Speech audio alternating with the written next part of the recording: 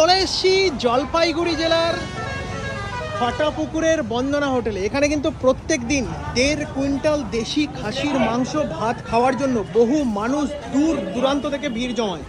চলুন এনাদের কিচেনে যাই, দেখি এখানে কিভাবে কি রান্না হচ্ছে, সমস্তটাই আপনাদের সঙ্গে শেয়ার করতে থাকবো। দাদা, সব রান্না কি রেডি? রেডি।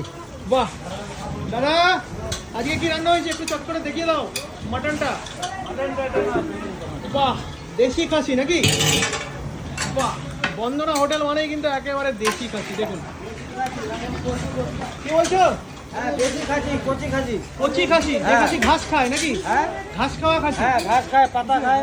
বাহ বাহ, দেখুন এখানে কিন্তু মাটন রান্না হচ্ছে। কালারটা আপনারা একবার লক্ষ্য করুন, যেরকম লাল সেরকম ঝাল, লাল লাল ঝাল ঝাল নাকি?